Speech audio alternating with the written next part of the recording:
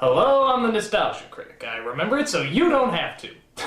Stop me, this sounds totally ridiculous. A singing rooster dresses up like Elvis. Stop!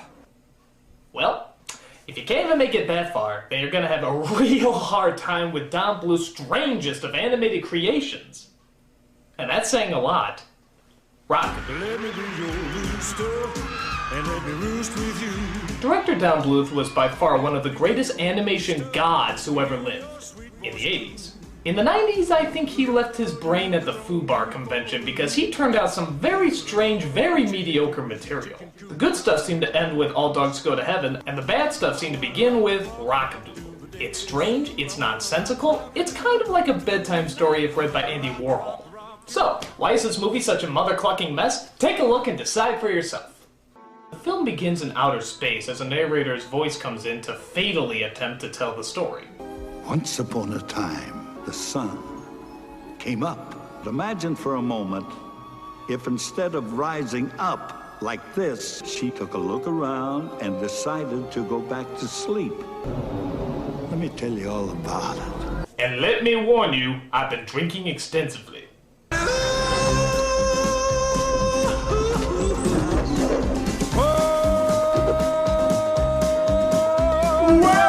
Okay, that zoom in was a little too extreme. I could practically see his digestive system. So, as the movie begins, you kind of can't really believe what you're watching. I mean, these look like cartoons from the 30s, where everything has a face, everyone seems to be bouncing and singing. What, did they make this movie for kids or something? Still no excuse. So, I know what you're probably thinking. What current washed-up singer did they rope in to do the voice of this personality-deprived character? I'm gonna say Garth Brooks. Damn it, Glenn Campbell, I was so close. Hi, Patu. What you doing? I'm trying to tie these doggone shoes. Huh, again? It's probably not best to tell you that this is the highlight of the movie, is it? So all the animals on the farm have their own special job to do, and the rooster's job is to crow so he can bring up the sun. What's the name of the rooster, you might be wondering? Well, I'm sure it's something cutesy, like Clucky, or Feathers, or Chanticleer? Okay, so they live on a very pretentious farm. What do you want from me? But one morning, Chanticleer forgets to crow, and yet the sun still comes up. So the animals reject Chanticleer and toss him out of the farm, which makes things very happy for the villain, simply known as the Grand Duke of Owls. Who's that, Mom? Ah! What the hell? Oh, okay. I guess the story was just a book a mother was reading to her kid. Fair enough. His name is Edmund. Of course, he didn't look quite like this when I first met Well, him. now wait a minute. Who's telling the story, the narrator or the mother? That's a really bad sign when you have two people fighting over who's narrating the movie. And so the little boy looked out from his window, and then another narrator stepped in to tell the story. Hey, who's telling the story anyway? Well, I thought I was. You couldn't read your way out of an alphabet book. Hey, them's fighting words. Come over here, you meat sack. Take that. Ow, my pancreas. So it turns out the little boy is named Edmund, and he's concerned because the rain is picking up and flooding the farm that his parents work on. I want to help. Well, then pray for the rain to stop, and that will help. I'm not asking God for anything, he still owes me an Xbox! So the parents go outside as apparently the farm is being attacked by the biggest storm of the century. Start the truck, she'll be okay! Hurry! Hurry! It's coming! It's headed right for us! It's already here! Chanticleer! Chanticleer! That's Christmas, you moron! Santa Claus only comes at Christmas! No, he was calling Chanticleer for help, even though he's just a fictional character in a book. But that doesn't stop the Duke of Owls from breaking the laws of reality, as he crashes into the house to intimidate our little hero. Dear, now I've gone and spoiled the surprise. Always doing that, eh? Oh no, tell me that owl isn't voiced by Christopher Plummer. The Duke is going to eat you. Oh god, what some people will do for a paycheck. He couldn't have thought this was a good movie, nobody could have. He must have been under contract or something. That's the only excuse. In fact, I can just imagine him trying to sneak away from this movie. I hear they're going to announce the casting for the villain today. By the time you've made the announcement, we'll be over the border. Trouble with your car, Mr. Plummer? Yes, as a matter of fact, we couldn't get it started. Surely you've heard that the studio wants you to provide the voice for the owl in their latest family romp, Rockadoodle? I'm afraid that's going to be quite impossible. Now, Mr. Plummer, surely you don't think you can defend yourself against the awesome power of studio-funded lawyers. No man has ever survived their verbal slaughter. So, I take it you'll change your mind about the role? Yes. Excellent. My men will escort you to the recording studio. No escort will be necessary. I insist. We wouldn't want you to get lost on your way over. Would we? No. Now, if you'll excuse me, I'm off to get Abe Vigoda for Good Burger. Okay, back to the story. So the Duke of Owls, in front of our little hero, explains his evil plan. But you see, we creatures of the night have worked very hard to make absolutely sure that that bird does not return. And besides, I positively loathe. My God, are you still talking? So the owl turns him into a kitten because he claims they're easier to kill, but I think it's because they're easier to draw, as he turns the rest of the room into a fully animated backdrop. I guess owls see better in watercolors. But then the animals from the book also come in to save little Edmund. As it turns out, the only thing that can scare the Duke away is light. Oh, they must have that bright light syndrome that the gremlins had. Bright light! Jeepers! I'm a furry! Wait, what'd he say? I'm a furry! Kid, you're a little too young to know what that word means. I'm an adult, and I'm still not exactly sure what it means. Nor do I wish to find out. So a bunch of other animals come in to tell Edmund that they're also looking for Chanticleer. Why? Because it turns out his crowing did bring the sun up, and thus they need him back for the sun to return. We gotta find Shandy and apologize. So he'll forgive us! Come home and raise the sun! But if that's the case, why did it rise without him that one time? Oh, Chanticleer. What? If he doesn't come back and crow, the sun won't ever shine again. Hello? Why did it rise without him that one time? The story's true.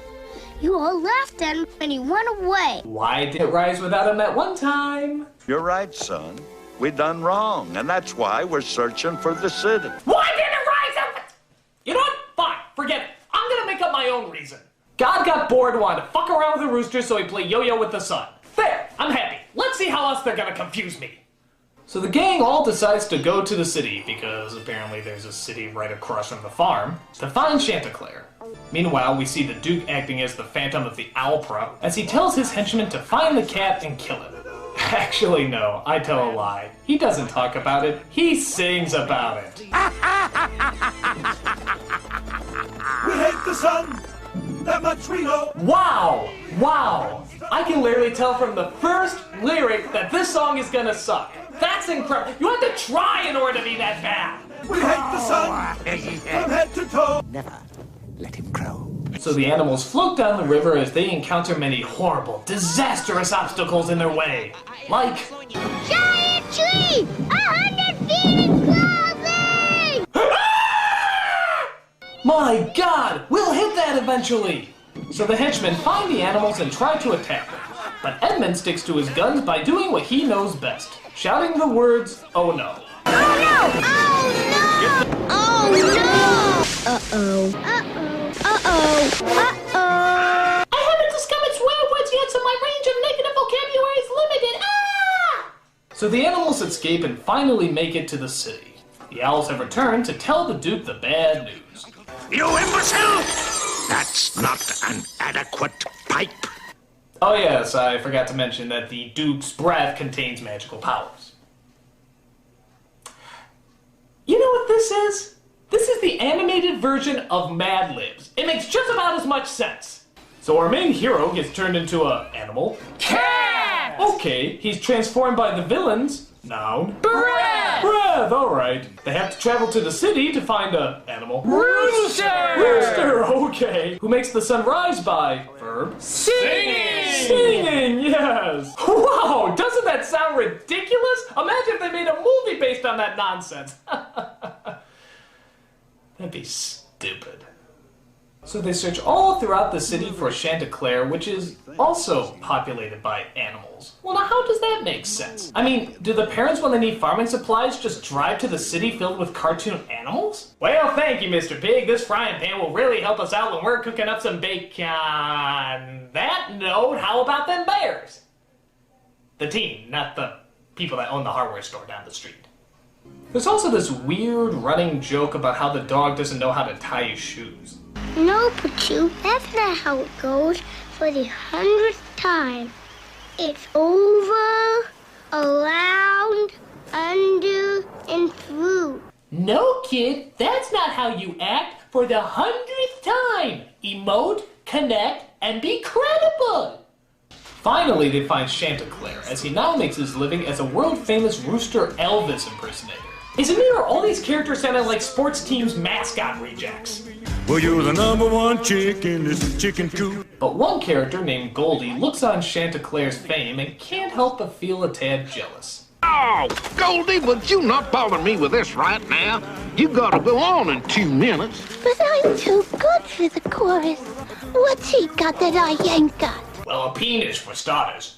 So the gang tries to talk to Chanticleer, but is pushed aside by a team of bodyguards. Move it, move it, move it, move it. Bounce, bounce you all over the place. Bounce, bounce, bounce. Oh, you know, good God, you can make a song about anything, can't you? I'm talking, I'm drinking my coffee, and then I'm going to sleep.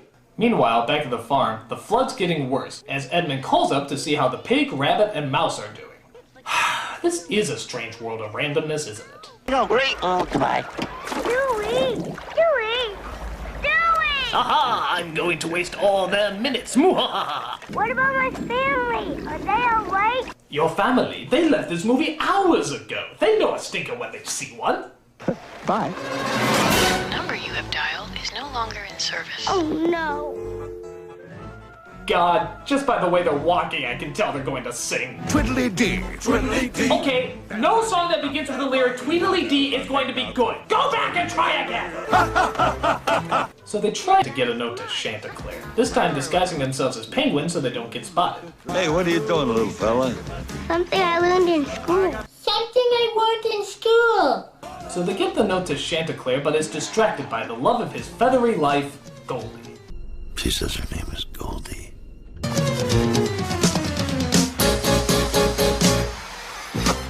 Hey, look at that! She kissed him on the pecker. Next scene.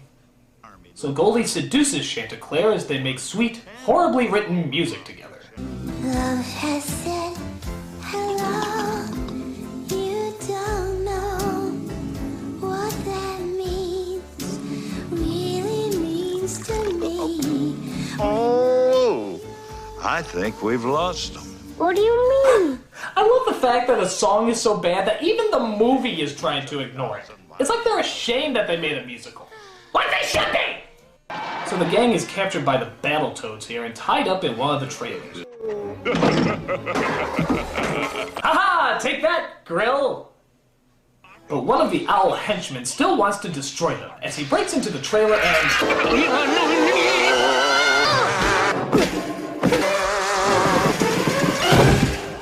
I blinked. What happened? I don't know. Somehow they escaped. And as that's going on, Chanticleer finally discovers the note, as he rides off on a motorcycle to save his friends. Oh, no. I've killed them. Jump and jump. Hold it that. He's not dead. Untie me. He's not dead. Untie me. So the characters partake in what looks like Ben Fur, as the bad guys are close behind them. You know, this movie provides many ample opportunities for them to die. Why don't they just go with it?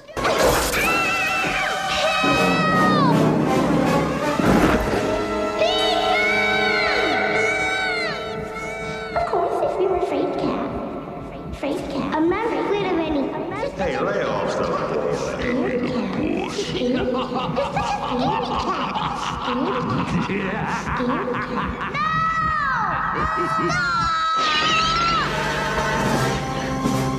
What the hell was that?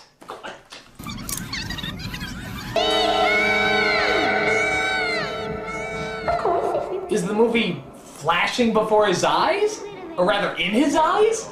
And then we're in his brain with all these characters? I mean, just... Big-lipped alligator moment. Big-lipped alligator moment.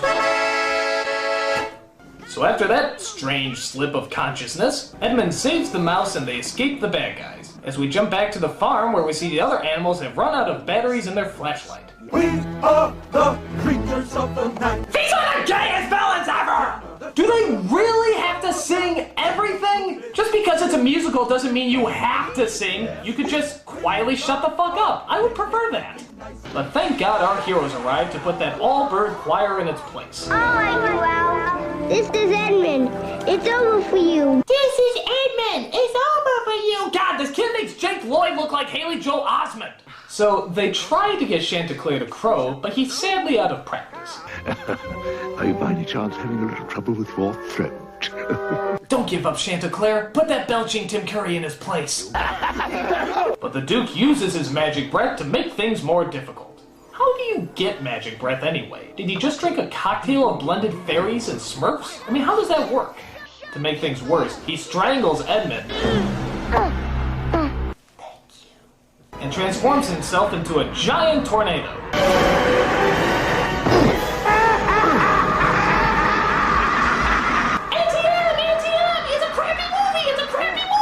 But Chanticleer finally gets his voice back and crows like he's never crowed before. God hears you, Chanticleer.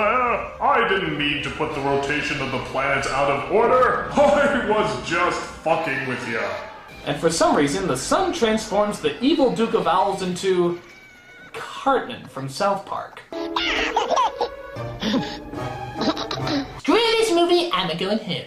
It's me, Uncle Dookie. No. Screw this movie, home. So, what directionless fairy tale would be complete without the ultimate cliche, Edmund turns into a real boy. He was a little boy. He was such a bad actor, I couldn't tell. And just to make it even more insulting, it turns out that the whole thing was just a dream. Yep, everything about that chaotic little trip was all in Edmund's head. Why does that not surprise me? Edmund, Chanticleer is just a storybook.